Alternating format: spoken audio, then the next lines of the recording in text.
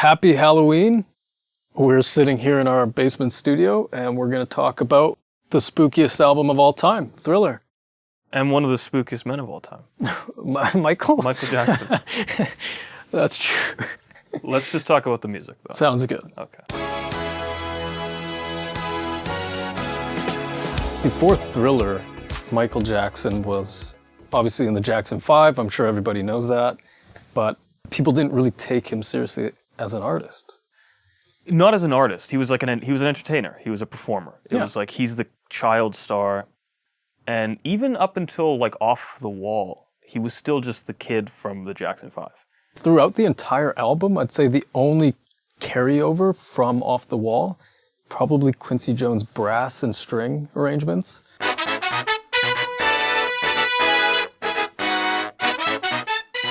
To be taken seriously as a musician, you have to make music that is not just catchy pop music, but like competent. For those that don't know, the band Toto, so like Africa and Hold the Line. Hold the People Line. might know, yeah. Those musicians were they were ridiculously talented musicians. And I think on this album it was the Porqueros, so that's the drummer, and I think the other brother was synth. And then you got Luca Thur, who was a guitarist, and I might be forgetting some others. But you got amazing session musicians, and then you got Quincy Jones, who is mostly from the jazz and classical realm. And so he's bringing this pedigree, like you've got this quality backing to you. It's not just run-of-the-mill pop album. There's like some serious competency in the arrangement, in the composition. Yeah. It is interesting how he stacked this record because Wanna Be Starting Something is very strong. Mm-hmm. It's a really great start to the record. Yeah. Baby Be Mine and The Girl Is Mine, both kind of like, I don't know, like solid, kind of like cheesy, but tongue-in-cheek. Yeah. So he starts side B with Billie Jean? Or does he start side B with Beat It? I think he starts side B with Beat It. You might have to check that. He starts side B with Beat It. Oh. So side A ends with Thriller and side B starts with Beat It. But it's interesting because most albums, especially at this era, you have your big single to start side A and then your second best single to start side B. It's interesting that he chose Wanna Be Starting Something, but that might roll into that idea of him wanting to make a good album. Yeah. Like Wanna Be Starting Something is a good opening track. That and them also having no idea what they really had. Because I know that right down to the wire, Quincy Jones and Michael were both super disappointed with the songs, which I can't imagine sitting on Wanna Be Starting Something, Thriller, Beat It, Billie Jean, I mean all the amazing music on this record, listening back to the mixes and thinking these are terrible songs. I don't know if it was terrible songs, it was like they weren't happy with the way they were sounding. Yeah.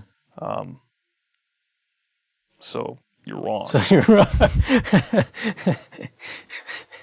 Crawled in blood. What's it say? What about The Girl Is Mine? Is it Mine? A corker? God, it's bad. Is it bad? I love Paul. Is it bad or is it fun and we don't know how to have fun anymore? That's what I can't decide. Do you know what I mean? That's really interesting. Like there's a lot of stuff from the 80s that's like that, where you're like, is it cheesy or were people just more accepting of fun in the 80s? No. No, it's bad? No, I'll tell you why, because 99% of the music we listen to has a tongue-in-cheek, we know we're having fun sort of attitude to it. Right. So The Girl Is Mine is not that. It's just a corker. It sucks. Yeah. It sucks so hard.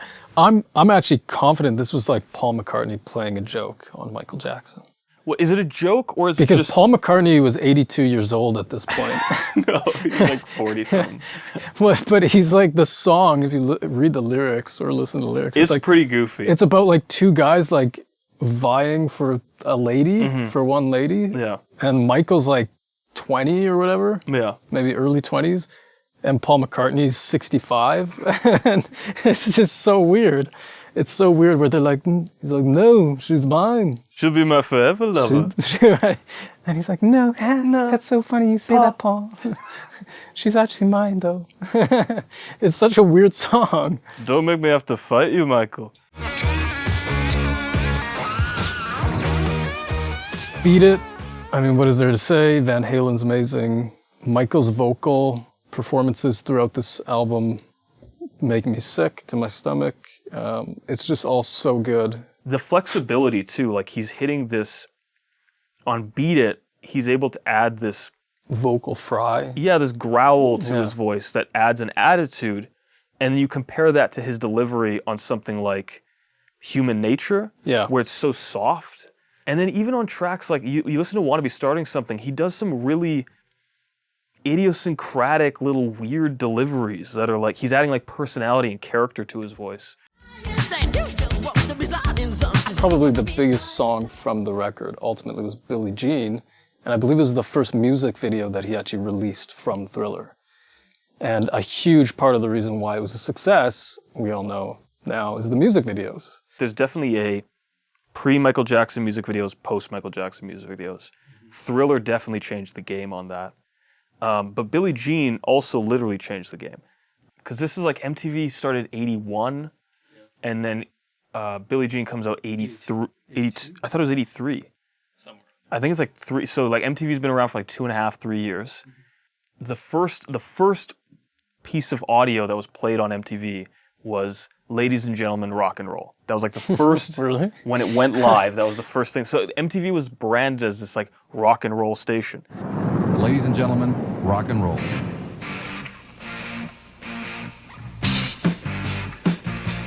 this is the early 80s. Things have changed a lot since then. But the head of MTV was saying, no, we're not gonna put Billie Jean on because I don't know if this like black R&B pop musician will work on our rock station. Right. And then the head of CBS, which was the record label that Michael was signed to, said basically, listen, I'm going to the press with this. Like if you don't play Michael, I'm going to the press with like Saying MTV. you're a racist. MTV is not playing artists just because he's a black artist. Wow. So Billie Jean was the first regularly played music video on MTV by a black artist. And it just like popped off. He sold something like 10 million more records after the music video debuted. And it's no surprise. I mean, even the idea of doing Thriller, which is it's what, 15 minutes or something like that? He hired a Hollywood director. Yeah, you got Landis. I think it was John Landis. John Landis, who had done American Werewolf already. Yeah. American Werewolf in London, which is like a comedy horror movie. Michael loved horror movies. Like I'm trying to imagine a pop star today that would dress up like a werewolf and like in full makeup, sit in the chair, do all that. Like The Weeknd has done stuff like that, but again, It's been proven though. It's been proven. The Weeknd was doing it because that door was opened by Michael Jackson. 100%. There's not a single musician that was attempting, I'm going to dress up like a werewolf to promote my album. It's ridiculous. The idea of him singing and dancing and choreographed. The choreographed dance routine. It's absolutely unbelievable. Everybody does that Everybody now. knows that dance, at least a couple moves from that dance.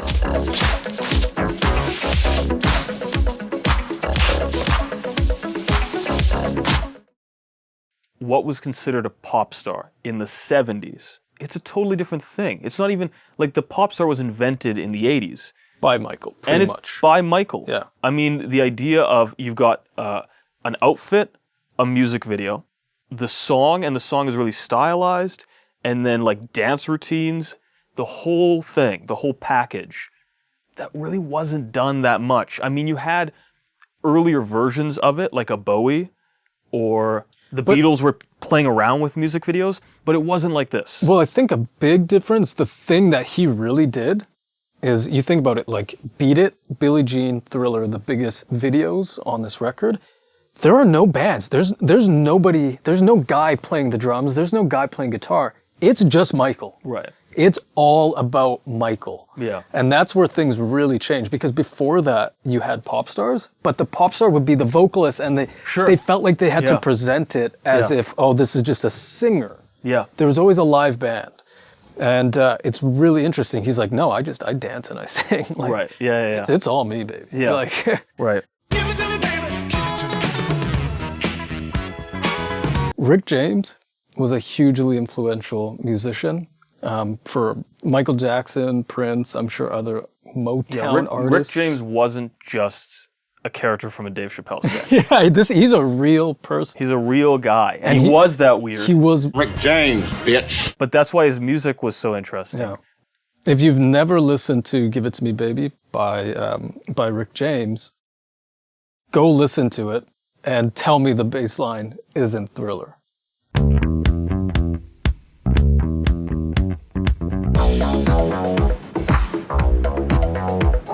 So there's another track from Rick James around the same time. Rick James put out an album in '81. I can't remember the name of it, but it doesn't matter. Anyways, he has a song called Ghetto Life, and if you just listen to the first 10 seconds, you'll immediately hear the drum sound and the beat on Billie Jean, I believe. Now, I mean, this would have been an era where it's not like Michael Jackson and Quincy Jones just like sampled it. No. That's what you'd do now. Yeah. But what they did do is go, that's a great sound. Yeah. That's a great way to start a record, is just with like a nice, snappy, punchy drum beat like that. And then brought that over to Billie Jean. A lot of that was happening on this album, though, is like Michael Jackson was a notorious... I don't know if... Because copycat makes it sound negative. And I don't know if it is. I mean, there's tons of artists where like they will just rip something and it's lazy. I never felt like Michael Jackson was lazy. No. It was like he was trying to find the interesting things other artists were doing and then implementing it in a different way in what he was doing. Like his dance moves have that like Fosse-like Fred Astaire energy. And then he's got, again, like music pulling from Rick James. And there's the famous first time he did the moonwalk live. I can't remember where it was. It was at I think it's at the Motown Music Awards. Was that what it was? Something like that, yeah. I know Adam Ant was playing that night as well. Right. And Adam Ant went on stage, and he had this really cool military jacket on. And Michael Jackson came up to him after and went, "Oh, that's a cool jacket. Where'd you get that?" And then, sure enough, a couple years later, Michael's wearing this black and with the gold military jacket, just going, "Okay, I can grab a little bit of that. I can take here and there from what's working, and incorporate it." What do you think is the best song on this album? Thriller. I think the title track. Yeah, I'm saying. They picked the right title track. Yeah. Because it's the song that, still to this day, there is no other Thriller. No. Like I've heard, there's other musicians that have tried to do Halloween songs. They always seem hackneyed and forced. Now I have a story that I'd like to tell about this guy. You all know me as me scared as hell. The song has this kind of campy horror vibe to it with Vincent Price at the end and all this ridiculous. It's so over the top, and yet it works. Yeah. And it seems to have like every generation, kind of like a Bohemian Rhapsody, where you just went all the way with it, and still to this day, no one's done another one. It's just its own thing. Yeah, you're right. It's its own thing. Other tracks on this album are great, but I've heard other tracks sort of like them. I've never heard anything else like Thriller. Best track, Thriller, by a country mile for me. Beat It, Billie Jean, and Wanna Be Starting Something are all exceptional. Yeah. They're so good. I mean, the whole record is really, really good, with the exception of the Lady in My Life, which I've never heard in my life. Why is Thriller the best album of all time, or the best pop album? It does a lot of different things at once while still feeling cohesive.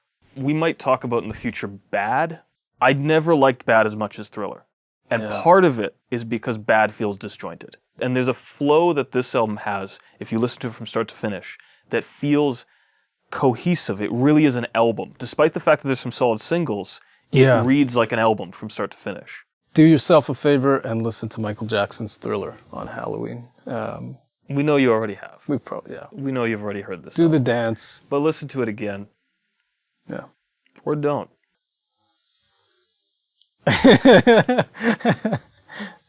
R.I.P. Michael, what a life lived.